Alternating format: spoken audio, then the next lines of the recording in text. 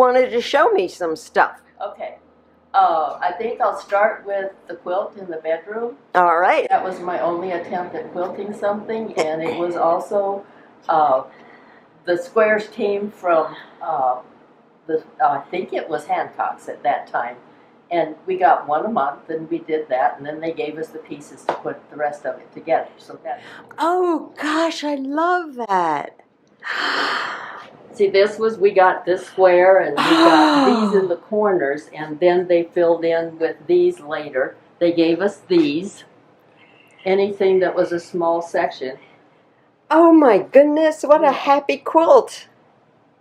Did you have fun doing it, or was it a chore? I did. It was fun. And the quilting part, I think I'm going to have someone do that for me because, as you'll see underneath this, the only thing I've ever done is a cross-stitch quilt, and that one has the quilting sections already printed on it, so you know what you're going to do the designs in the quilting. So I'll flip this one up, and then I'll show you the one that... Okay. Oh, my Lord, this is so intricate. Now, this one had the quilting sections stamped on it, so you can see that I followed all of those when I quilted. Well, that's helpful. Yes, very helpful. I mean, if you had to design this yourself and then do it, it would be the kind of thing that you'd avoid doing the rest of your life. This is just beautiful. And you must have good eyes and fingers to do this, huh? Well, this was stamped on here, and the cross stitches are pretty large. They're much different than what you'll see on some of the counted cross stitch. So you don't have to have perfect eyes or perfect fingers. That's right. All right, that sounds good. If you look at a picture like that one over there, you have to. That one has no stamping on it at all. You use a chart, and you count stitches, and you just do whatever you have to do to get it right. Holy molies. And look at the little gold thingies. What is that? Those are just beads that are put on there. And then the thing about those is that when you get to the face and the hands, you actually cross stitch over 2 threads when you do most of it, but when you get to the face you do over just 1 thread, so it's really fine, and I couldn't do that anymore, I don't believe. So you choose a different design if you were going to make it now. Yes. But that was a long time ago. Oh, yes. We all had different bodies then. Yeah, they're on the wall. Why is that your favorite? Well, there's a story behind those. Those were done by little girls that were learning to do the alphabet. And if you look at that one really close, that little girl was having a problem. There's no J in the letters. There's no U. And then there's no J. J's and U's are the things that she missed in that one. And it's cute, but it's having a hard time. RF. She has the letter F in between R and S. The bottom of that picture was probably done by an older child. I'm not real fond of that kind of work. It's called crewel. Oh yeah. And you fill in everything. You don't just embroider around something. You have to fill it in and out. And there again is the same crewel. The crewel at the bottom. And that one I had for a very long time. My mom gave it to me. I had done the other one, and I did not like the bottom of it, and so I put it away for a very long time. So you'll know what crewel looks like if you do it with yarn. My mom did that particular thing. It's called a bell pull, and that's done with yarn instead of the embroidery floss. Well, does that make a difference when you're doing it? Yes, it makes it easier to fill in because the yarn is thicker. Whatever. When you were a kid, did you see her making things like this? No, she did most of this after she was 50. She came to live with us when she was 57, after my dad passed away. And she started working on this stuff, and I have it all over the place. I don't blame you. I mean, there's so many reasons why you would. I mean, it's absolutely gorgeous, but all those good memories of your mother. Yeah, she had a lot of fun working on those. And she would work on them and she'd say, I don't know what I'm ever going to do with these. But I got to, as she got older, she started doing small little things instead of such big things. Yeah. And so I ended up with about 25 little small pictures of flowers. And I thought, what am I going to do with those? When I don't feel like doing something big, I just go ahead and do those. And it's fun to put them together. I mean, to make something for every single one of your grandchildren and have their name on it and a special design.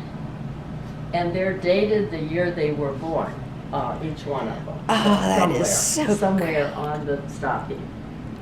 And this is something you would definitely do in your lap if you wanted to, right? Sure, yeah. And they were all in a book of Christmas stockings that I got, and you just use the chart. Now, do you have to have a sewing machine for this? Yes, to finish them. To finish them, you have to have a sewing machine. The thing about those stockings, I thought when the grandchildren got married, and they would want to take those stockings. Yeah. And they feel like they're mine, they're not theirs. So none of them want to show you all of them, but I decided to make the wives and husbands of my grandchildren too. So I get a different kind of a book to do that. And I do these stockings and I don't pay any attention to them till I go to put them together. The feet go the opposite direction.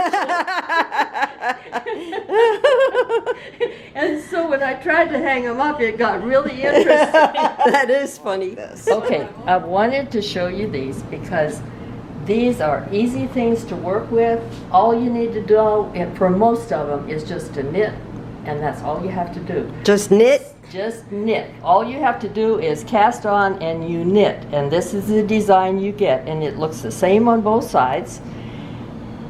Somebody can cast it on for you. We have a knitting group here that gets together and knits every Monday afternoon, so So if somebody knows nothing about knitting, they come to the knitting group and somebody will help them get started. Yeah. And this would be a perfect job because it's simple. All you have to do is knit.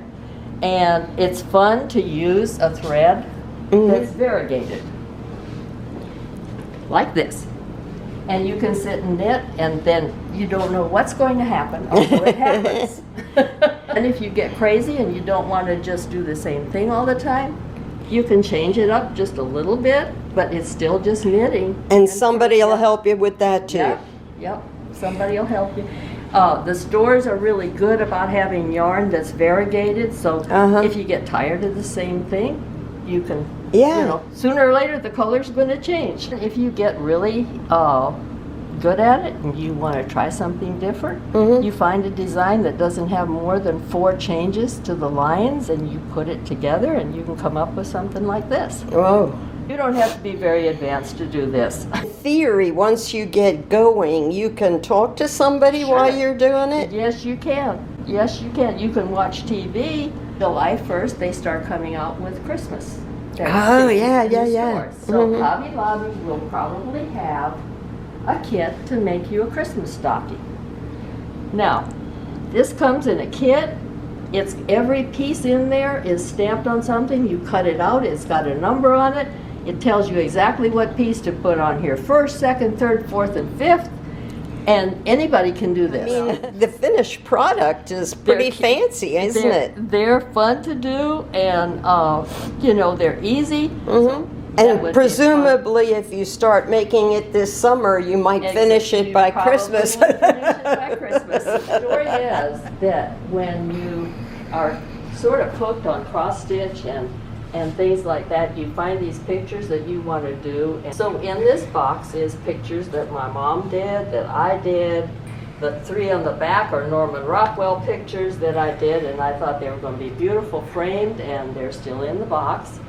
And that whole box is full of those, and it sits under my bed. And I keep adding to it. But literally, the box is full of pictures And flowers, I've got probably a picture of every flower there is in the world. Under here somewhere. So how'd you get inspired? Well, my grandmother lived with us. She was Scandinavian. I think all Scandinavians know how to do some kind of handwork. So I embroidered dish towels when I was really small, and then when I got old enough, my mom let me hem those dish towels on her pedal sewing machine. So I kind of learned to sew along with it. So every month I would buy one. And that was my project. I think so.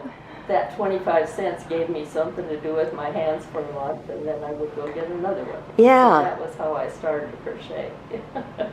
Except that I remember when counted cross stitch came up, and they first started with it.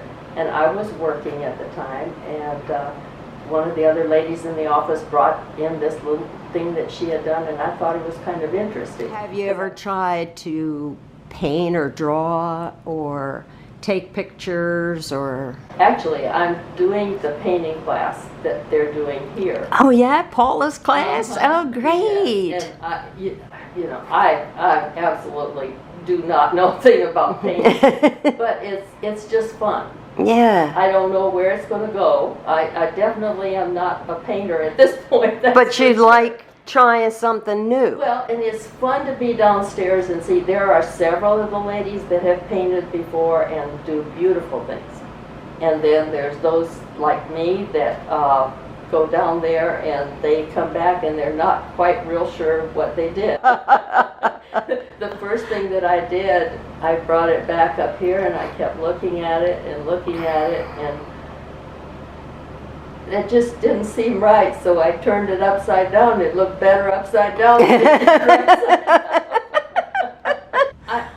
I look forward to the next class that she does. Yeah. It's just fun. Sure. To just do something different. Well, in that box over there, I have 12 little pictures of the little Dutch girls, and they're by season or by month. And the vision was on the cover of the book that you make that into a quilt. Just put narrow strips of fabric between it, and in each corner you quilted a heart. And I was bound and determined I was going to do one of those for one of my grandchildren. So I've got the 12 pictures over there in that box. Yeah. And then all of a sudden it hit me that cross-stitch fabric does not wash well.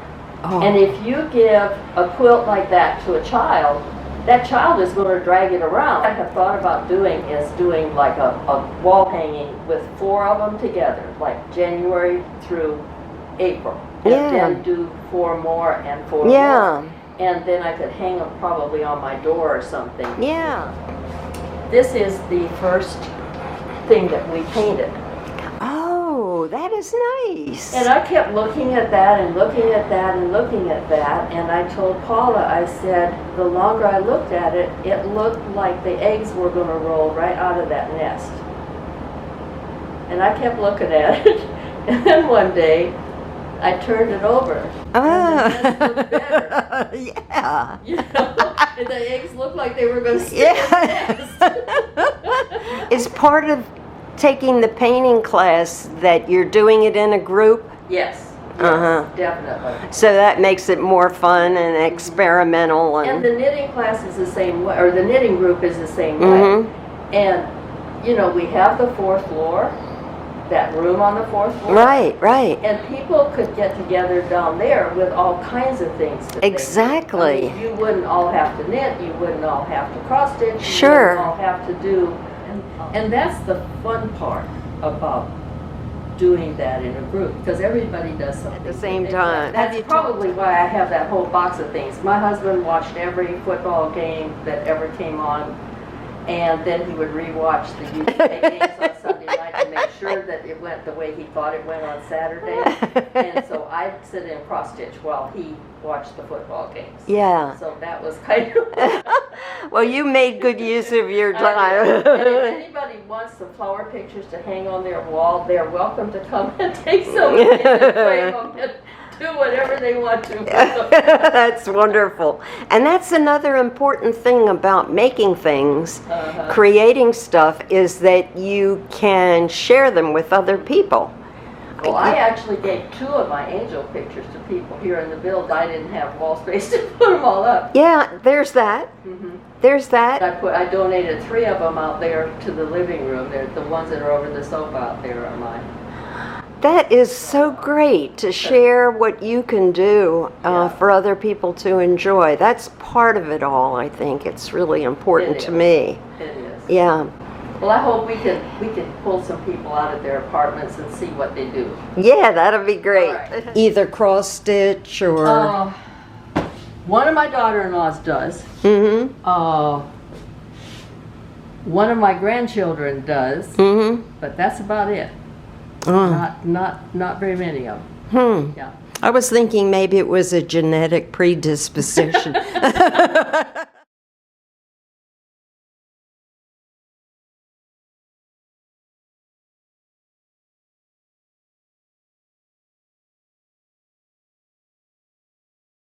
Her birthday, her 103rd. She lived 2 weeks after her 99th birthday. Wow. There's a picture of her sitting in my son's sports car. He came and she disappeared out of the house, and there she was sitting out there in the car like she was driving it. So anyway. Well, she had a lot of spirit. Yeah, she did. Over here my mom had a sense of humor. How long is a minute? Depends which side of the door you're on. We'd know who did it. Granny. Yep. Well, that's her name. That's right.